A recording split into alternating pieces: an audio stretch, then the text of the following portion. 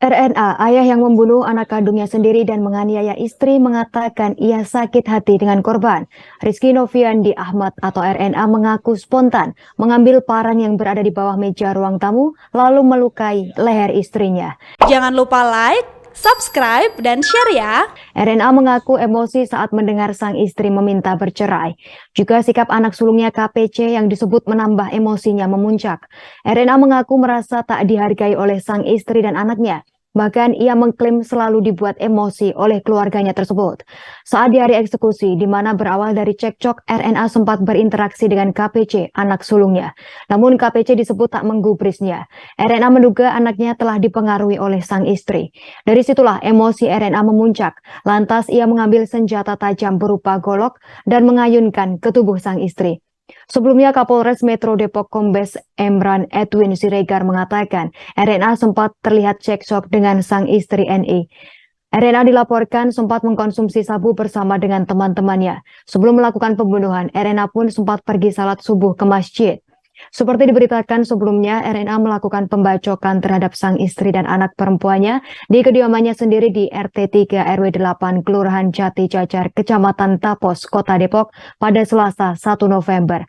Akibatnya sang istri NI berusia 31 tahun kritis mengalami luka bacok serius, sementara sang anak KPC berusia 11 tahun tewas mengenaskan.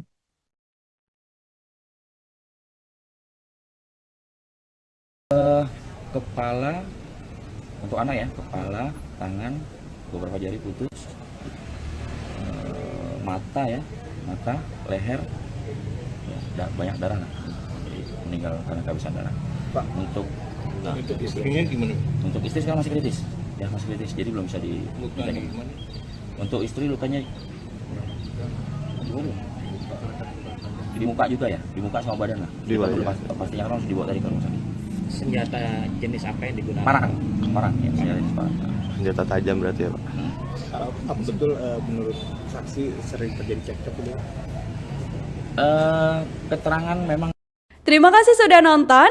Jangan lupa like, subscribe, dan share ya.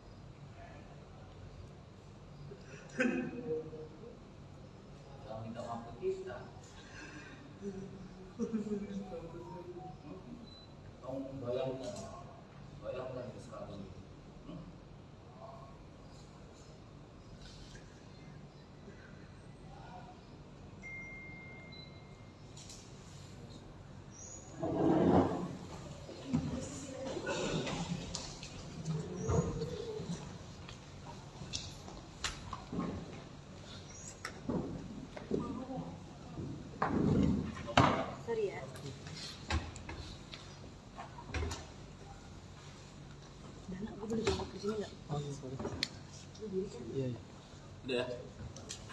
Saya jelaskan untuk terkait kasus. Jadi perkaranya adalah perkara pembunuhan atau kekerasan dalam rumah tangga sebagaimana dimaksud dalam pasal 338 KUHP dan atau pasal 44 ayat 2 dan 3 Undang-Undang Republik Indonesia nomor 23 tahun 2004 yang ancaman hukumannya adalah 15 tahun penjara.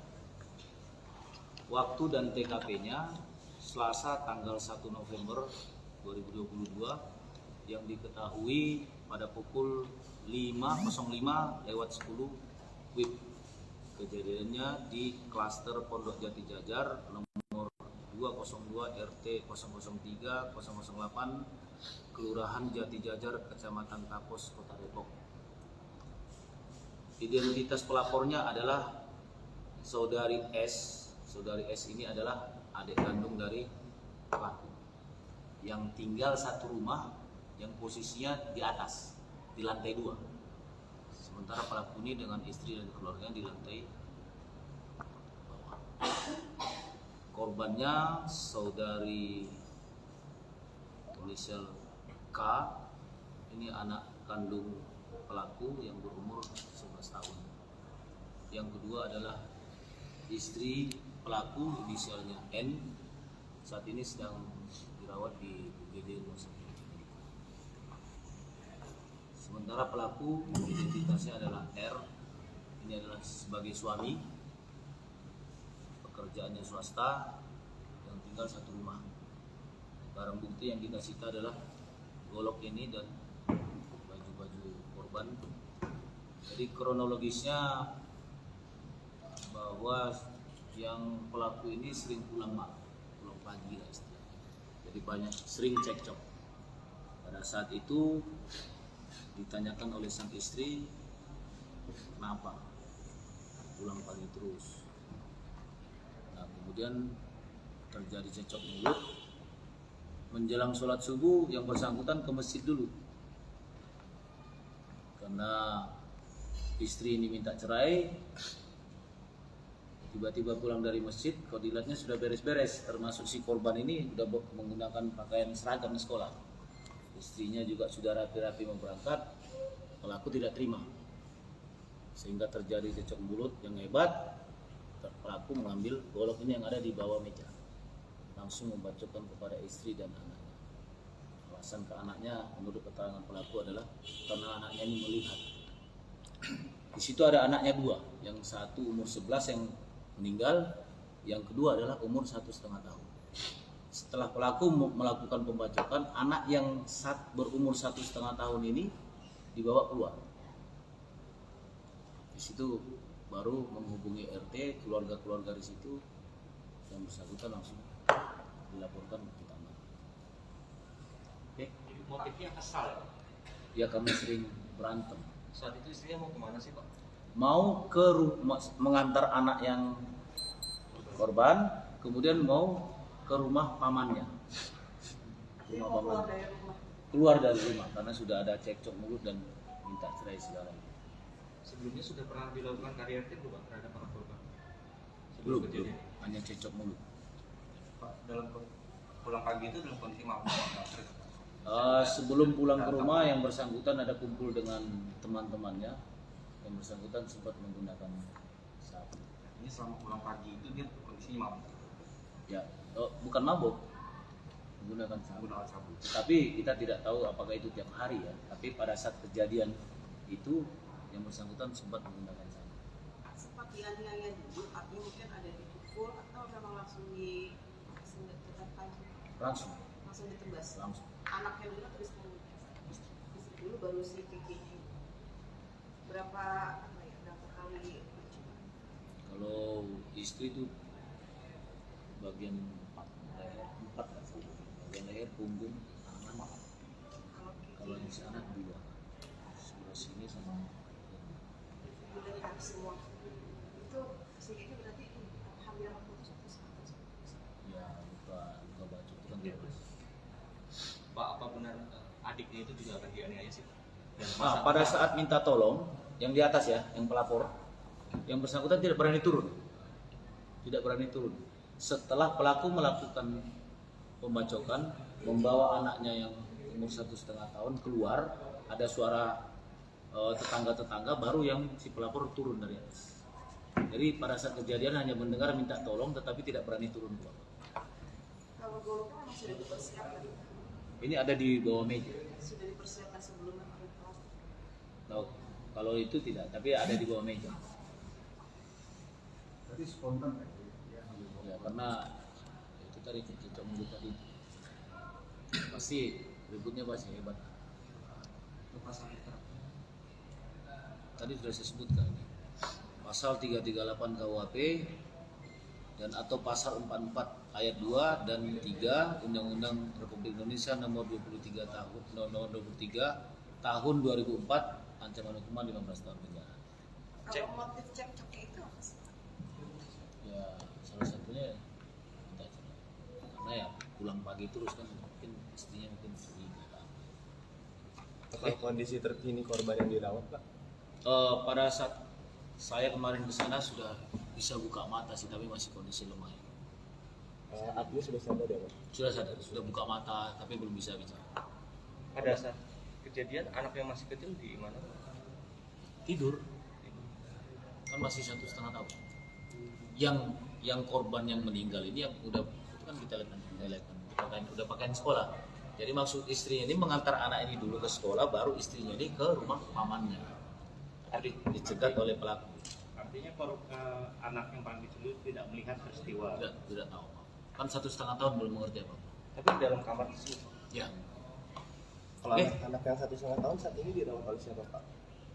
Tadi malam kami datangin di rumah pamannya. Paman yang Paman, si istri mau istri. pergi itu, Istri. yang istrinya mau Yang istrinya mau ke rumah pamannya itu. Di wilayah sini. Pelaku pernah ditangkap katanya sebelumnya. Pelaku pernah ditangkap. Oh kasus lain, kasus narkoba. Oke. bisa untuk sabunnya sendiri berarti bisa dikenain pasal lagi nggak? Ya kita lebih menggunakan pasal yang lebih tingginya. Oke.